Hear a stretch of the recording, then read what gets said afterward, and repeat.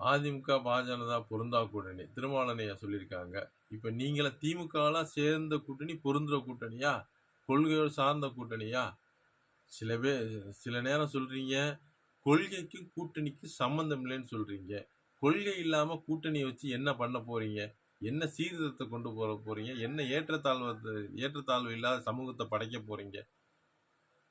இங்க எல்லாமே அப்படித்தான். எது பொருந்துற கூட்டணி? யாராச்சும் ஒரு கூட்டணி கட்சி தலைவர்கள் இது குறித்து விளக்கம் அளிக்க முடியுமா? திருமாவளவன் ஐயாவே விளக்கம் அளிக்க முடியுமா முதல்ல? இதெல்லாம் தான் பொருந்துற கூட்டணி அப்படின்னு. இன்னைக்கு வரையும் வேங்கவையில் பிரச்சனை தீர்ந்திருக்கா முதல்ல? நீங்க கட்சியை காப்பாத்திக்கணும், பதவியை காப்பாத்திக்கணும், பதவியை தக்க வச்சுக்கணும். இதுதான் கட்சி தலைவர்களின் நிலைப்பாடு. இங்க கொள்கை, கோட்பாடு எதுவுமே கிடையாது எந்த கட்சி தலைவர்களுக்கும், கூட்டணி போற தலைவர்களுக்கு. மக்களை ஏமாற்றி பிழைக்கணும். பிழைப்புவாதிகள் தான் இங்க அதிகம். நன்றி.